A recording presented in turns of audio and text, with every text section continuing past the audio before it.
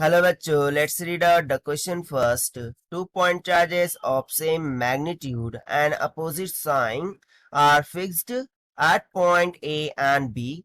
A third small point charge is to be balanced at point P by the electrostatic force due to these two charges. So the point P lies on the perpendicular bisector of the line, is at the midpoint of the line AB, lies to the left of A, none of this. So for this, let's see the solution here. But before of that, let's talk about the key concept which we are going to use here for this question. So यहाँ पर simply जो बोल रहा है कि P को हम balance कर रहे हैं बाय इलेक्ट्रोस्टैटिक फोर्स. सो जो फोर्स का फॉर्मूला होता है इलेक्ट्रोस्टैटिक फोर्स का, वो क्या होता है? F is equals to k into capital Q small q divided by r, where r is the distance between this two capital Q and small q charges, right. और k क्या होता है? ये कांस्टेंट होता है. सो एक्चुअली इस question को solve करने के लिए हमें ऑप्शन वाइज जाना होगा. सो ऑप्शन ए में क्या बोल रहा है? जो P पॉइंट है वो लाइज करेगा on the perpendicular bisector of line AB के.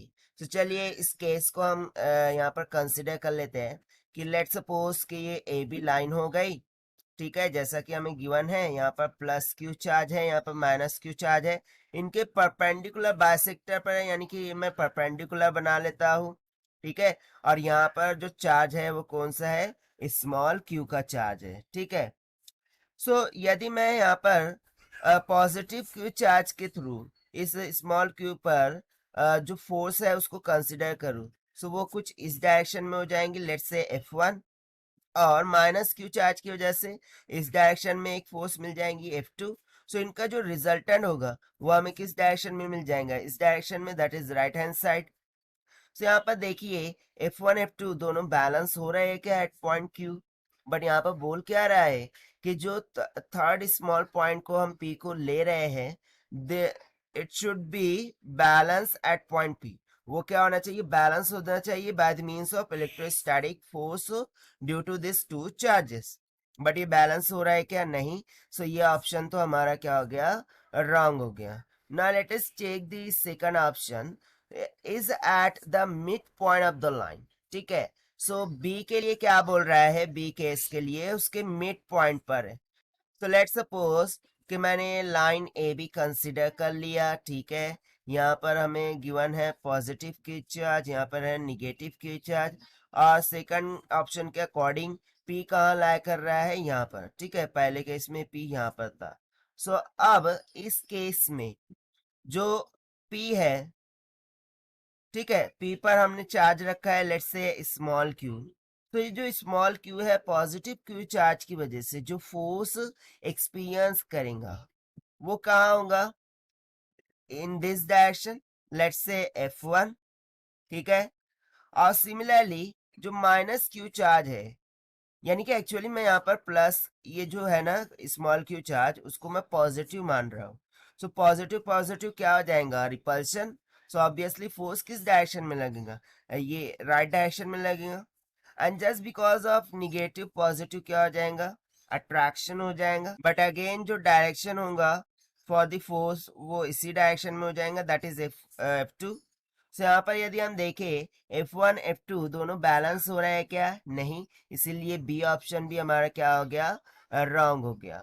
Now let us check the other options. So यहाँ पर हम सी ऑप्शन की बात करते हैं. सो सी में बोल रहा है rise to the left of A. So simply यहाँ पर मैंने लाइन ए बी को कंसिडर कर लिया, जैसा कि हमें गिवन है. ये हो गया प्लस क्यू चार्ज, ये हो गया माइनस ऑफ क्यू चार्ज. अब बोल रहा है lies to the left of A, यानी कि वो इसके लेफ्ट में यहाँ पर कहीं लाई कर रहा होगा पी पॉइंट, जिसके चार्ज को मैं मान लेता हूँ अगेन प्लस क्यू के इक्वल, ठीक है. तो जो प्लस क्यू है वो प्लस कैपिटल क्यू की वजह से जो फोर्स एक्सपीरियंस करेगा, ठीक है, वो किस डायरेक्शन में हो जाएगा? इस डायरेक्शन में, लेट्स से F1, ठीक है. एंड माइनस क्यू चार्ज की वजह से वो जो फोर्स एक्सपीरियंस करेगा वो इस डायरेक्शन में हो जाएगा, because both are opposite to each other, let's say F2, ये हो गया F2. सो यहाँ पर बैलेंसिंग होता हुआ दिखाई दे रहा है. I think at this point we can balance the force. So यहाँ पर यदि मैं ऐसे लिखूं, F1 is equals to F2. ठीक है. सो ये बैलेंस होता हुआ दिख रहा है. बट सी, ये ए के लेफ्ट साइड में यानी कि कुछ डिस्टेंस पर है. सो वो डिस्टेंस कुछ स्मॉल आर के इक्वल होगा. वाइल लेट सपोज कि ए टू बी के बिटवीन में जो डिस्टेंस है वो कैपिटल आर के इक्वल है. तो यदि मैं रिपल्शन फोर्स और सिंपली मैं फोर्स का फॉर्मूला लगा दूं यहाँ पर, जो कि हमने यहाँ पर लिखा है इलेक्ट्रोस्टैटिक फोर्स का.